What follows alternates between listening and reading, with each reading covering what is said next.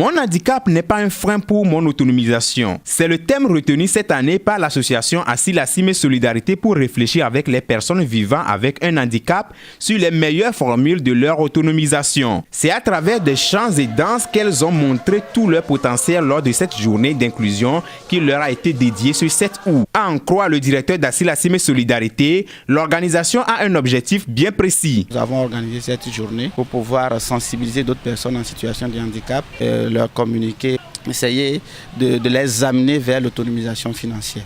La méthodologie que nous utilisons, c'est une méthodologie de groupe à responsabilité individuelle.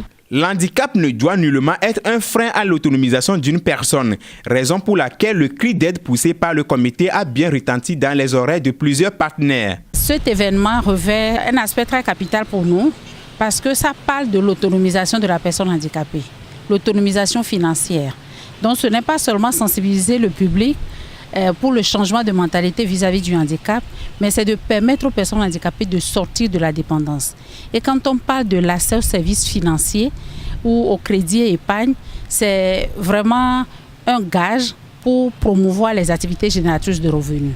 C'est pourquoi nous soutenons vivement cette activité et nous soutenons l'autonomisation des personnes handicapées. Créé par Entrepreneurs du Monde en 2012, Asilasime travaille avec les associations et groupes de quartier qui soutiennent des publics particulièrement vulnérables tels que les personnes vivant avec le handicap ou avec le VIH, des veuves, des filles mères, des femmes portefeuilles, en leur apportant des services financiers comme des microcrédits et non financiers tels que des formations, l'appui individualisé et le référencement social. Le président d'Acropusculp salue les actions d'Asilasime. Asilasime Solidarité, il est venu vers les personnes handicapées et il est en train d'arranger notre situation financière.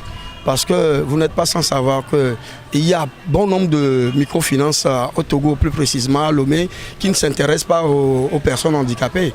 Mais aujourd'hui, quand Asilasime est venu vers nous, il a su arranger les choses. Même on ne dépose pas de caution avant qu'il ne nous accompagne. Le son de cloche au niveau de la FETAF est beaucoup tourné vers la conscientisation des personnes handicapées pour leur réelle autonomisation. Une journée d'inclusion permet à ce que nous puissions conscientiser les personnes handicapées elles-mêmes à valoriser leur potentiel, à ne pas être toujours dépendantes et de saisir les opportunités de microcrédit qu'offre aujourd'hui Asilasime Solidarité pour ne plus être dans une situation d'éternel assisté. Et ensuite, c'est d'appeler les responsables des organisations de personnes handicapées partenaires d'Asilasime d'aller à la sensibilisation des autres pour qu'aucune personne handicapée ne soit laissée de côté pour bénéficier des avantages qu'offre Asilasime, une institution de microfinance tellement bercée dans le social. Et cela permet à ce que la personne handicapée soit autonome et participe à la vie de la société sur la base de l'égalité avec les autres.